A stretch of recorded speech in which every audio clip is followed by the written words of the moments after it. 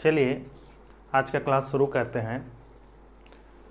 जो हमारा 12th का मैथ्स है, मैं आपको एक जानकारी देना चाहूँगा कि उसके बहुत सारे रेफरेंस हैं। प्रबोध है, नवबोध है, एनसीईआरटी है और आर डी शर्मा है।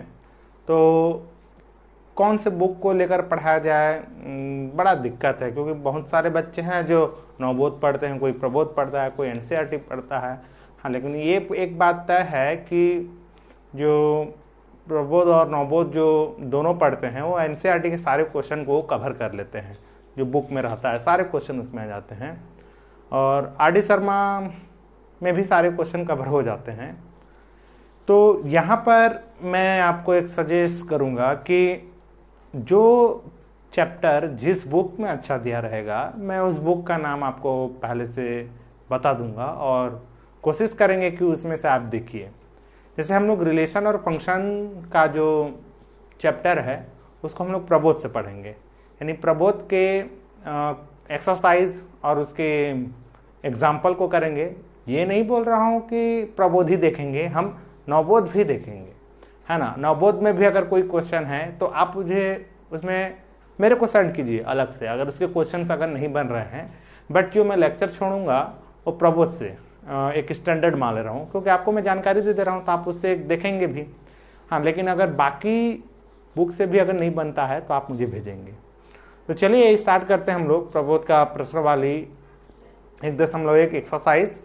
और इसमें जो फर्स्ट सेकेंड थर्ड क्वेश्चन जो है वो बहुत ईजी है। उसमें रिलेशन बनाना है, उसके सिंपल डोमेन रेंज इस तरह से फाइंड करना है। तो मैं उसमें से फोर्थ क्वेश्चन जो हमारे इसके लिए फर्स्ट क्वेश्चन होगा उसके बारे में हम लोग डिस्कस करते हैं। ओके, आइए यहाँ पर एक क्वेश्चन बोला है, माना कि r is equal to a cube such that a 10 से छोटी अभाज्य। अभाज्य का मतलब होता है यहाँ प्राइम, है ना, प्राइम नंबर। तो प्राइम नंबर किसको बोलते हैं? सबसे पहले ये जानिए, जो खुद से और एक से डिवाइड हो, है ना। जैसे प्राइम नंबर की अगर मैं बात करूंगा तो यहां थोड़ा सा देखिए, 10 से छोटी अभाज्य संख्या तो 2 है, 3 है, 5 है, 7 है। क्या 9 को हम लोग बोलेंगे? क्योंकि 9 से खुद डिवाइड होता है, 1 से भी होता है, बट इसके अलावा 3 भी है, तो हम लोग 9 को शामिल नहीं करेंगे, है ना। आप बोलोगे कि अब प्राइम नंबर की अगर सीरीज में अगर बात करूंगा तो जिसका फैक्टराइजेशन 2 होता है, यानी फैक्टर 2 होता है, ठीक है। जैसे 1 प्राइम नंबर में नहीं आता है क्योंकि 1 1 है। जैसे 2 को हम लोग कैसे लिख सकते हैं? तो 2 इंटू 1 1 2 फैक्टर 2 हो गया। 3 को हम लोग कैसे लिख सकते हैं? 3 इंटू 1, इसका फैक्टर 2 हो गया। लेकिन 1 तो 1 ही है ना, तो इसको हम लोग प्राइम या कॉन्जुगेट नंबर किसी में नहीं लाते हैं, जस्ट नेचुरल नंबर। ओके, तो यहां पर ए क्या होना चाहिए? ए 10 से छोटी अभाज्य संख्या। तो यहां जो ए जो हमारा नंबर जो डिसाइड होगा वो क्या होगा? 2 3 5 7 इस तरह से। तो चलिए रिलेशन में क्या क्या आ जाएगा? तो रिलेशन में देखिए, ए क्यूब बोला है, तो ए के जगह में अगर हम लोग 2 रखेंगे तो ए क्यूब कितना हो जाएगा? 8 हो जाएगा, है ना। फिर क्या हो जाएगा? अगर ए के जगह में 3 रखेंगे तो 3 3 9 3 कितना हो जाएगा? 27 हो जाएगा, है ना। अगर ए के जगह में हम लोग क्या रखेंगे? 5, तो 5 5 6 25, 5 6 125 हो जाएगा। अगर ए के जगह में हम लोग क्या रखेंगे? 50 और 49 343, आई थिंक ये होता है, देख लेंगे ये। ओके, तो यहां पर सबसे ये रिलेशन हमारा फाइंड हो गया फर्स्ट। सेकंड नंबर में क्या था? डोम आर, यानी डोमेन आर। तो डोमेन आर में मैं क्या बोला था? First element. तो इसका 2 है, इसका 3 है, इसका 5 है, उसका क्या है? 7 है। तो ये हमारा डोमेन आर हो गया। थर्ड नंबर में क्या बोला है? रेंज ऑफ आर बोला है। तो रेंज क्या है हमारा? Second element. तो ये 8 27 125 एंड 343, ये हमारा रेंज हो गया। तो ये हमारा फर्स्ट क्वेश्चन क्लियर हो गया। ओके, चलिए अब सेकंड क्वेश्चन पर हम लोग बात करते हैं। यहाँ पर एक रिलेशन, ये एक रिलेशन दिया है और उसके सारे कमांड दे चुका है वो। तो प्रांत तथा परिसर हमको ज्ञात करना है ना। प्रांत यानी डोमेन और रेंज। तो देखिए यहाँ पर a और b का पेयर लेना है। तो b कैसा है, तो b is equal to a minus 1। तो b किस पर डिपेंड कर रहा है, a पर डिपेंड कर रहा है, यानी हमको a पता चल जाएगा तो b पता चल जाएगा, यानी b का टेंशन नहीं है। तो a क्या है, तो a क्या है, यहां z का मतलब जो है इंटीजर नंबर है, इंटीजर नंबर है ना, पूर्णांक संख्या। तो ये पूर्णांक संख्या कैसा है बोल रहा है, जिसका modulus a equal to less than 3 बोला है। तो हम a के जगह में क्या क्या वैल्यू रखें कि वो 3 के इक्वल भी होगा और 3 से छोटा भी होगा। तो आप ध्यान दीजिए, मैं a के जगह में -3 रख सकता हूं, क्योंकि अगर यहाँ -3 रखूंगा तो -3 का मॉडुलस +3 इज इक्वल टू क्या हो जाएगा, 3।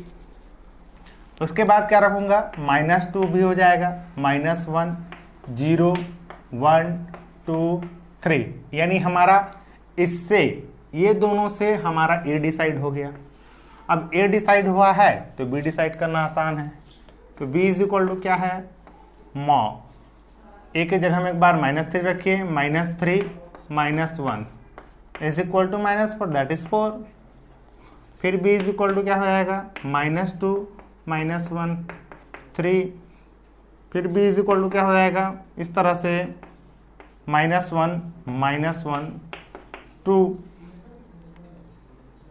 फिर b इज इक्वल टू, तो यहाँ पर जो हमारा रिलेशन बन जाएगा, और रिलेशन क्या क्या बन जाएगा भाई, यहाँ देखिए a क्या रखा था, -3, b क्या आया 4, फिर a क्या रखा था, -2, तो b क्या आया 3, फिर क्या था a -1 2, सॉरी उधर नहीं जाना है।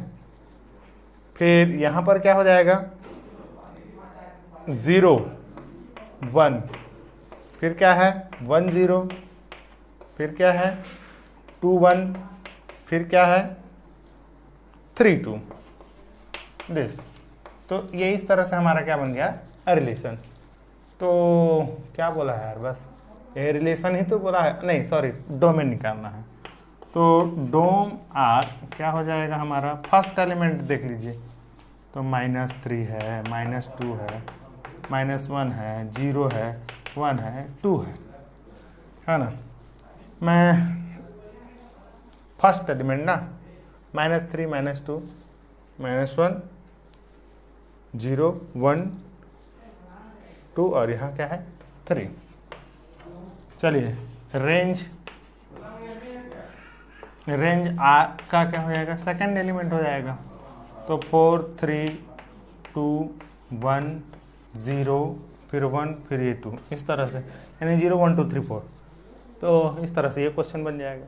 चलिए नेक्स्ट क्वेश्चन, यहाँ दर्शाइए कि वास्तविक संख्याओं के समुच्चय R में, है ना, ये एक रिलेशन हमको बोल दिया है, और रिलेशन क्या बोला है उसको ध्यान दीजिए। R इज इक्वल टू, इसमें ऐसे ए बी को हमको इंक्लूड करना है कि उस a का स्क्वायर और b का स्क्वायर क्या हो जाएगा, 1 हो जाएगा। फिर ए बी क्या है बोल रहा है, तो a b is belongs to real number, क्योंकि यहाँ से बोल दिया है कि वास्तविक संख्याओं रियल नंबर का सेट है। ठीक, तो सबसे फर्स्ट बोला है कि संबंध सममित है, सिमेट्रिक है बोल रहा है, सिमेट्रिक रिलेशन। तो सिमेट्रिक रिलेशन क्या है उसको थोड़ा देखिए। मैं आपको पहले से बता दूंगा कि x y is belongs to relation, then imply y x is belongs to a relation. तो यहां पर ए और बी, अगर ए बी बिलोंग्स कर रहा है रिलेशन में, तो इसका क्या मीनिंग है? तो पक्का ये ए स्क्वायर और प्लस बी स्क्वायर का सम क्या हुआ होगा? 1 अकॉर्डिंग दिस। अच्छा, क्या इसको हम कुछ इस तरह से लिख सकते हैं क्या? B square plus a square is equal to 1 लिख सकते हैं। तो इसके अकॉर्डिंग हम इसको क्या लिख सकते हैं? देखिए ध्यान से सुनिएगा कि यहाँ ए बी था, रिलेशन का एक कंपोनेंट था, तो ए और बी को हम क्यों लिए हैं? क्योंकि इसको सेटिस्फाइड किया है। तो इसी लैंग्वेज को क्या मैं बी को फ्रंट और ए को बाद में लिखूंगा तो क्या आंसर में चेंज आएगा? नहीं आएगा। तो यहाँ पर कौन फर्स्ट आ गया है? बी। तो इसको मैं क्या लिख सकता हूँ? B a is belongs to this. Meaning क्या समझ आया? A b is belongs to relation, तो बी ए भी है इस रिलेशन में, अतः यह क्या है? सिमेट्रिक है। That's why this relation is symmetric. Okay. Second, but न तो वह स्वतुल्य है, स्वतुल्य यानी रिफ्लेक्सिव नहीं है बोल रहा है ना, रिफ्लेक्सिव नहीं है बोल रहा है, स्वतुल्य। तो ये कैसा नहीं है इसके बारे में देखिए। तो स्वतुल्य के लिए क्या होना है? खुद से रिलेट होना है। अच्छा सुनिए, अगर मैं ए, ध्यान से सुनिए, अगर ए को मैं शामिल करता हूं, ए को मैं रिलेशन में किया, तो अगर ए को रिलेशन में मैं, अच्छा हम स्टैंडर्ड फॉर्मूला लिखते हैं, यहाँ ए बी है और रिलेशन में है, तो मतलब ओ a square plus b square is equal to 1 होना चाहिए। नेक्स्ट क्रम में अगर ए शामिल होता है क्या, देखिए, तो ए स्क्वायर प्लस ए स्क्वायर, क्या इसका आंसर 1 आएगा? नहीं आएगा, 2a स्क्वायर आ रहा है, और this does not is equal to 1। That means, sorry यार, ये ए रिलेशन, तो b की जगह में भी आएगा, तो a plus a square that is 2a square, this is not 1, है ना। तो क्या हो जाएगा ये? अच्छा, आप बोलोगे कि जैसे सर हम लोग यहाँ पर a के प्लेस पर अगर 1/√2 लिख दें, इफ 1/√2 है ना, दिस 1/√2 एज द रिलेशन, है ना, तो 1/2 प्लस 1/2 दिस इज 1, ये हो जाएगा। तो जब ऐसे सिचुएशन क्रिएट होता है तो आपको एक एग्जांपल बता देना है, लेकिन 2 को लेकर चलिए, है ना। तो यहाँ पर क्या हो जाएगा? 2 का स्क्वायर प्लस 2 का स्क्वायर, क्या ये 1, ये 2 2 4, 2 2 4, और 4 4 कितना हो गया? 8। This is not is equal to 1। तो यहाँ पर चलिए ये शामिल हो गया, लेकिन 2 2 तो शामिल नहीं हुआ ना, 3 3 शामिल नहीं हुआ, अतः यह क्या है? रिफ्लेक्शन नहीं है ना। देयरफॉर दिस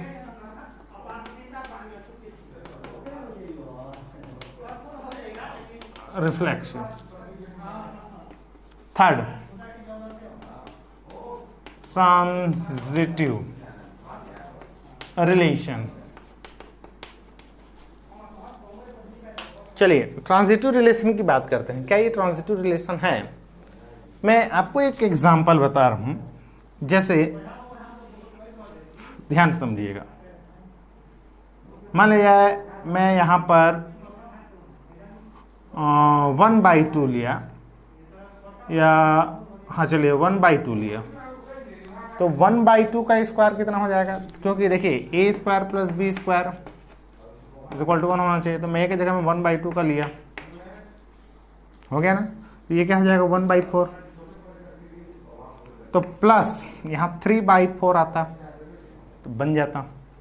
तो मैं एक काम करता हूँ, √3/2 ले लेता हूँ, ये देखिए बी की जगह में, तो √3 का स्क्वायर क्या हो जाएगा? 3, और ये 4, एंड दिस इज 1।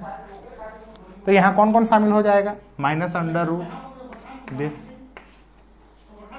ये रिलेशन में आएगा कि नहीं आएगा? हाँ एकदम आएगा, क्योंकि 1/2 का होल स्क्वायर और प्लस -√3/2 का whole square is equal to 1 होता है।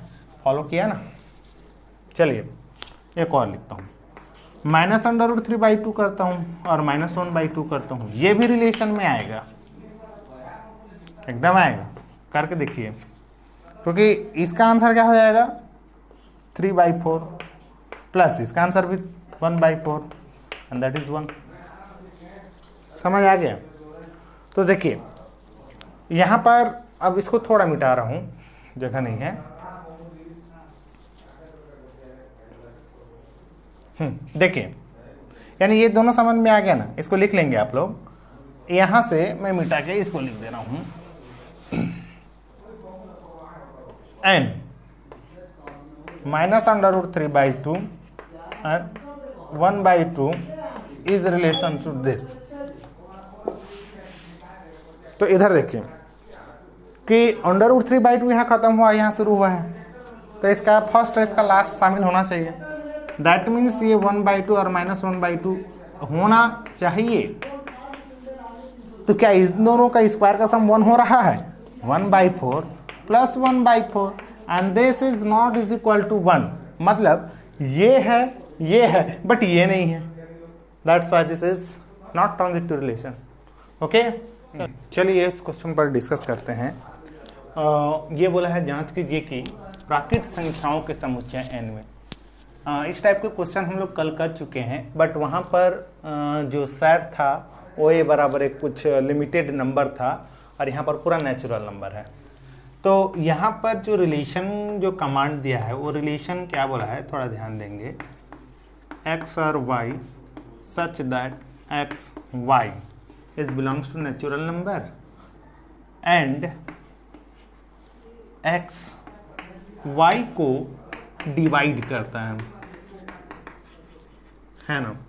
ये देखिए x जो है y को करता है का मतलब थोड़ा समझे। यहाँ पर ये यहाँ पर y रहेगा और ये x रहेगा। तो इसको ना मैं जनरली इस तरह से लिखूंगा अभी, और इसको जब डिवाइड दूंगा तो इसका रिमाइंडर 0 आएगा, तभी मैं बोलूंगा x y को डिवाइड करता है बोल के। ओके, तो बोलता है कि ये जो रिलेशन है वो स्वतुल्य, मतलब हमको चेक करना है हमको यहाँ। तो सबसे फर्स्ट देखते हैं r इज इक्वल टू, या फिर अच्छा सुनिए, r इज इक्वल टू या r belongs to x y belongs to relation लिखा, तो ये क्या इंप्लाई कर रहा होगा रे बाबा लोग? x, ऐसा x डिवाइडेड बाय y। अगर ऐसा करता हूं तो आप समझिए कि वह उसका रिमाइंडर पूरा क्या हो रहा है 0। इसके अकॉर्डिंग अभी ऐसे समझना है। तो क्या इसी को हम ऐसा लिख सकते हैं क्या? x ऐसा,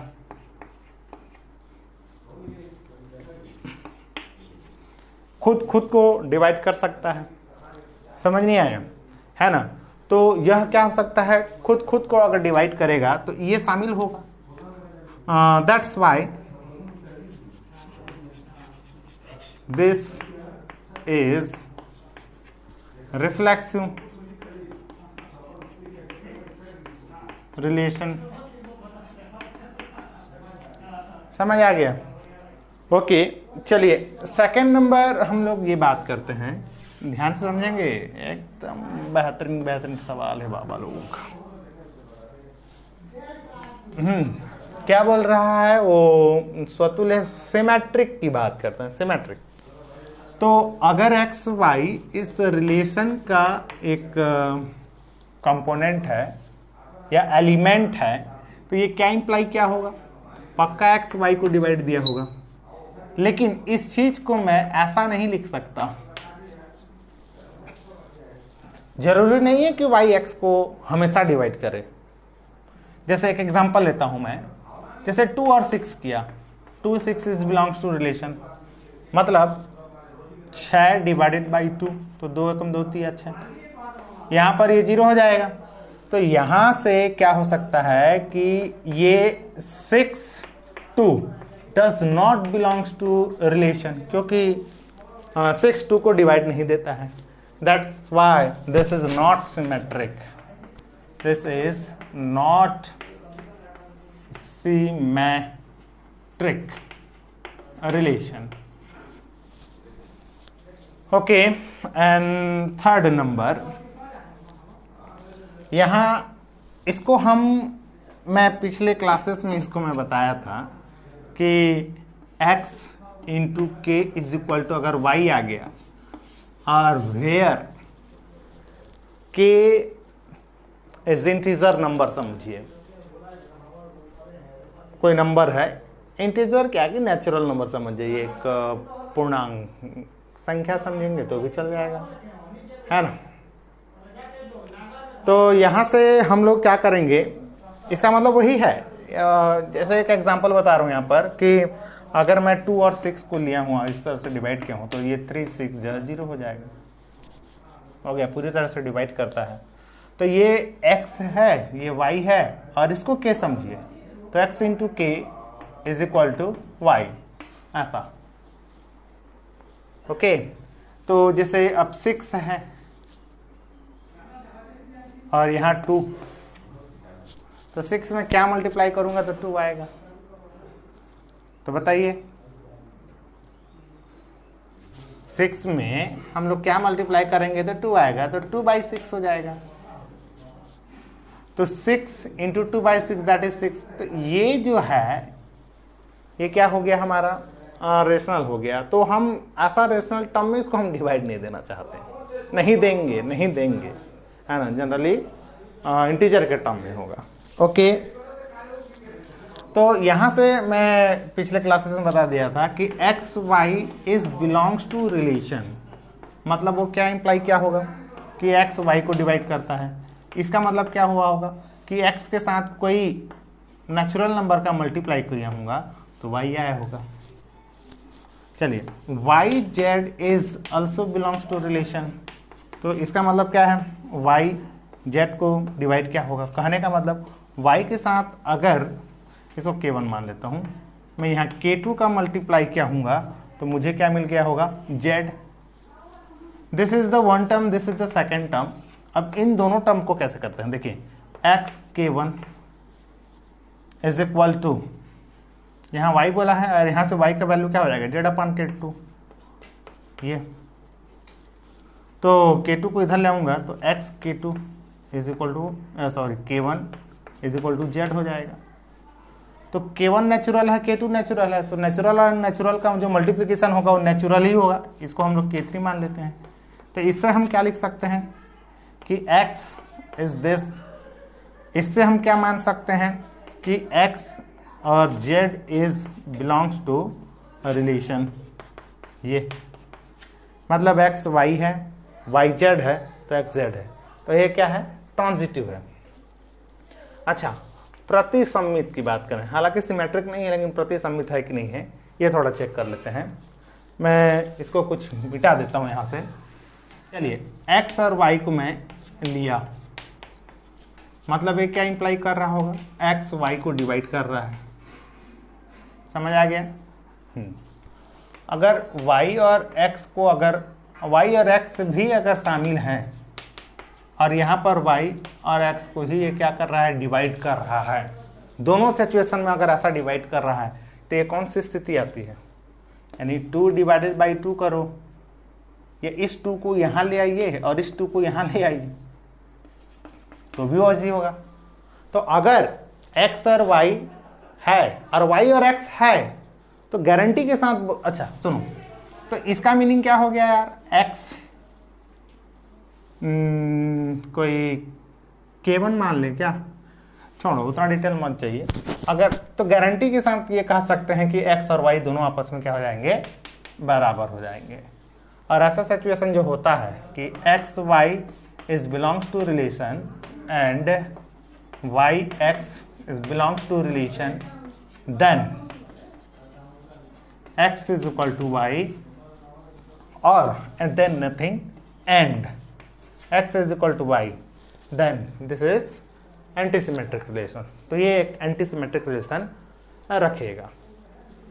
ओके, तो चलिए एक क्वेश्चन और आर में परिभाषित संबंध, ये जो डार्क वाला आर लिखते हैं उसका मतलब है रियल नंबर, वास्तविक संख्या, और this is the relation.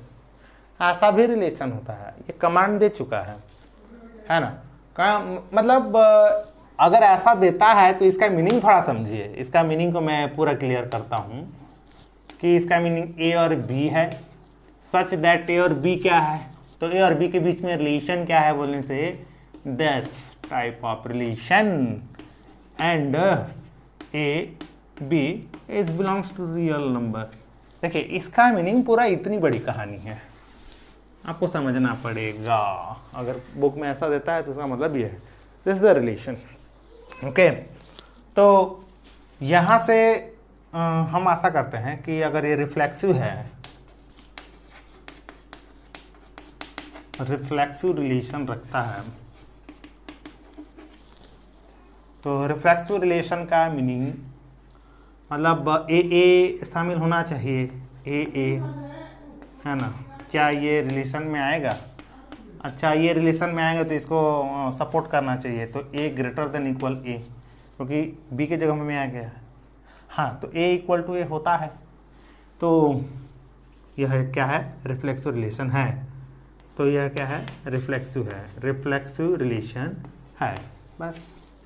Second, transitive, sorry क्या है यार, सिमेट्रिक, सिमेट्रिक रिलेशन। तो सिमेट्रिक रिलेशन का जो फार्मूला होता है वो x y is belongs to real relation, और क्या होना चाहिए? Y x belongs to relation, ये दोनों होना चाहिए। तो चलिए, अगर मैं एक्स और वाई को मैं रिलेशन में लिया हूँ तो पक्का है वो कौन सा प्रॉपर्टी को फॉलो किया होगा कि x is greater than y, ऐसा करके। क्या हम इसको ऐसा लिख सकते हैं क्या? मतलब y को इधर ले आऊंगा, x को इधर ले आऊंगा, तो नहीं, कभी नहीं। जैसे ये 2 है और ये 1 है, तो 1 को इधर लाऊंगा, 2 को उधर लाऊंगा, तो 1 तो बड़ा नहीं होगा।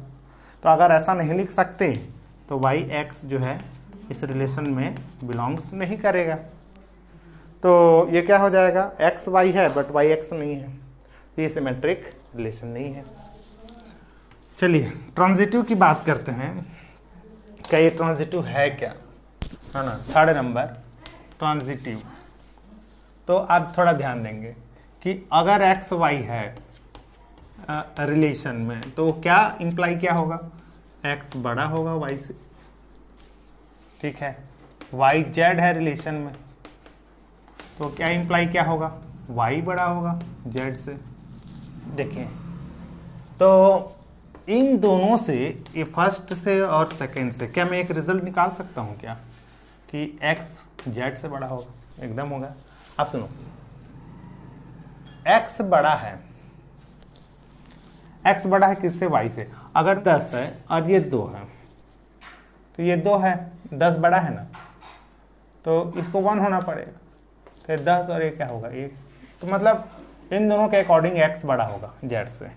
तो अगर ऐसा हुआ तो यहाँ पर x z भी क्या हो सकता है? शामिल होगा। That means this is transitive relation, ये ट्रांजिटिव रिलेशन होगा। ओके, एक लास्ट क्वेश्चन इस लेक्चर का देखते हैं, एक क्वेश्चन पर और। किसी विशेष समय पर किसी नगर के निवासियों का समुच्चय ए है, जांच कीजिए कि ए परिभाषित संबंधों में से प्रत्येक यही है। आर का मतलब रिफ्लेक्सिव रिलेशन यानी स्वतुल्य, एस आर सिमेट्रिक रिलेशन, सममित, एंड ट्रांजिटिव रिलेशन संक्रामक। ओके, तो पहला रिलेशन क्या बोलता है थोड़ा? अच्छा सुनो, वहां पर नगर के निवासियों का, तो इसके मतलब में नगर में जितने निवासी हैं उसका एक सेट है। तो मैं पहला बता रहा हूं, एक रिलेशन ऐसा है आर इज इक्वल टू, यहां पर ऐसे निवासी, ऐसे 2 निवासी को लेना है जो एक ही मोहल्ला में रहता है, एक्स तथा वाई एक ही मोहल्ले में रहते हैं। तो क्या इसमें खुद खुद को मैं ले सकता हूँ क्या ऐसा? सॉरी आज लाइट गोल हो रहा है ना, इसको मैनेज करेंगे अगर नहीं दिख रहा होगा तो ठीक से। यहाँ पर देखिए खुद खुद से रिश्ता रखेगा क्या? तो मैं स्वयं स्वयं एक उसी मोहल्ले में रहूँगा, तो यहाँ एक्स एक्स एक ही मोहल्ले में रहेंगे। कुछ बात समझ में आ रहा है? जैसे मैं राजापारा में रहता हूँ, राजापारा एक मोहल्ला है, तो अगर मैं राजापारा में हूँ तो मैं भी तो राजापारा में हूँ, यानी स्वयं स्वयं राजापारा में है। तो ये एक्स एक्स क्या करेगा, एक ही मोहल्ले में यानी एक्स एक्स रिलेशन में आएगा। तो ये क्या हो गया, स्वतुल्य। चलिए दूसरा, मान लीजिए एक्स क्या है, कोई एक बंदा है ना। इस एक्स को मैं कोई एक नाम दे देता हूं, मान लीजिए ये श्याम है, हो गया। और ये वाई, तो मान लीजिए ये राधा है। तो अगर एक्स श्याम और राधा अगर एक ही मोहल्ले में हैं तो रिलेशन पर होगा, तो इसका मतलब ये भी तो होगा ना वाई एक्स भी एक मोहल्ले में रहेंगे, राधा और श्याम भी एक मोहल्ले में रहेंगे। तो मतलब ये क्या हो गया, सिमेट्रिक हो गया। चलिए थर्ड नंबर एक एग्जांपल और लेता हूं। माने एक्स वाई और जेड तीन बंदे हैं, इसका नाम श्याम है ना, श्याम है, इसका नाम राधा है, इसका नाम गोपी है। ऐसा मैं एक एग्जांपल ले रहा हूं। तो यहां पर थोड़ा ध्यान दीजिए, श्याम और राधा एक मोहल्ले में है तो मैं इसको शामिल करूंगा पक्का, लेकिन राधा और गोपी भी एक ही मोहल्ले में है तो ये भी देखिए, श्याम और राधा जैसे राजापारा में है, राधा और गोपी भी एक ही मोहल्ले में, तो राधा कौन से पारा में है, राजापारा में, तो गोपी भी राजापारा में रहेगी। इसका मतलब क्या हुआ, एक्स और जेड भी राजापारा में होंगे। ये तो ये क्या रिलेशन हो गया, ये संक्रामक भी हो गया। तो ये आई थिंक ये क्वेश्चन समझ में आ जाना चाहिए। चलिए नेक्स्ट क्वेश्चन पर हम लोग बात करते हैं। यहीं पर मिटा के इसको बना देता हूं मैं, है ना, इसको अपने तरीके से आप लोग लिख लेंगे। लाइट गोल हो गया है। यहां देखिए कि सेकंड क्वेश्चन जो है हमारा क्या बोला है, हमको ऐसे आर को लेना है एक्स और वाई, जो एक्स वाई से ठीक ठीक 7 सेंटीमीटर लंबा है। एक्स वाई से 7 मीटर लंबा है, मतलब x + 7 = y। इसका मतलब क्या है, सॉरी यार, x y से 7 मीटर लंबा है, कुछ गलत लिख दिया, y + 7। इसको कैसे पढ़ेंगे, x y से 7 मीटर लंबा है, ऐसा इसका मतलब। ये क्या बोलते हैं, सेंटीमीटर है, ये सेंटीमीटर में है। अगर किसी एक बंदे का हाइट, मान लीजिए श्याम का हाइट अगर 4 सेंटीमीटर है, तो चलिए राधा का हाइट कितना हो जाएगा, तो ये है y है, y यानी श्याम का हाइट हो गया, तो राधा का हाइट कितना हो जाएगा, तो 11 हो जाएगा, इस तरह से। तो कहने का मतलब ऐसा समझिए कि मैं, तो यहां पर देखिए खुद से 7 मीटर लंबा कैसे हो सकता है, नहीं हो सकता। तो यहां पर x x शामिल नहीं होगा, तो ये स्वतुल्य नहीं है, स्वतुल्य नहीं है। सेकंड नंबर में मान लीजिए ए और बी 2 पर्सन थे, है ना, जो रिलेशन पर था। तो ये जो ए का जो हाइट है वो था 17, तो बी का हाइट कितना होगा 10, तो इससे 7 अधिक हो गया। लेकिन मैं इसको ऐसा नहीं लिख सकता, बी और ए ऐसा नहीं लिख सकता, क्योंकि इसका हाइट इससे 7 अधिक होना चाहिए। तो ये तो 17 है ना, सॉरी ये 10 है और ये कितना है 17, तो ए भी शामिल है लेकिन बी ए शामिल नहीं है, यानी ये सम्मित नहीं है, स्वतुल्य भी नहीं है, सम्मित भी नहीं है। थर्ड नंबर संक्रामक की बात करें, जब ए और बी को मैं शामिल किया, कहने का मतलब अगर ये 17 है और ये 10 है, चलिए कोई बात नहीं, बी और सी को भी शामिल कर लिया, मतलब क्या हुआ होगा, ये 10 है तो ये कितना होगा, 3 हुआ होगा, तभी नहीं इससे 7 अधिक है।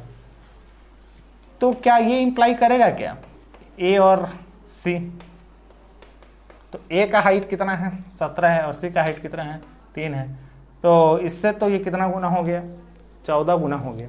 ये शामिल नहीं होगा, ये दोनों हो जाएंगे लेकिन ये नहीं होगा, तो ये क्या है, ये संक्रामक भी नहीं है। तो सेकंड नंबर का जो क्वेश्चन है ना, तो रिफ्लेक्सिव है, आरआर है, ना एसआर है, ना टीआर है, कुछ भी नहीं है।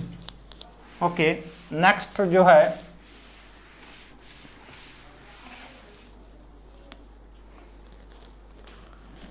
एक्स वाई की पत्नी है। एक्स एक ऐसा हमको लेना है जो क्या है, एक्स वाई की पत्नी है, वाइफ है। भाई कैसा, वाई की पत्नी है, एक्स वाई की पत्नी है, मतलब ये हस्बैंड होगा ये बेटा, और ये क्या होगा, वाइफ। समझ आ रहा है? तो चलिए मैं एक्स और वाई को, तो सुनिए, उस मोहल्ले में पहले सोते चेक करना है, तो एक्स और एक्स ऐसा क्या ये लिख सकते हैं, तो फ्रंट वाला वाइफ होना चाहिए और सेकंड वाला हस्बैंड।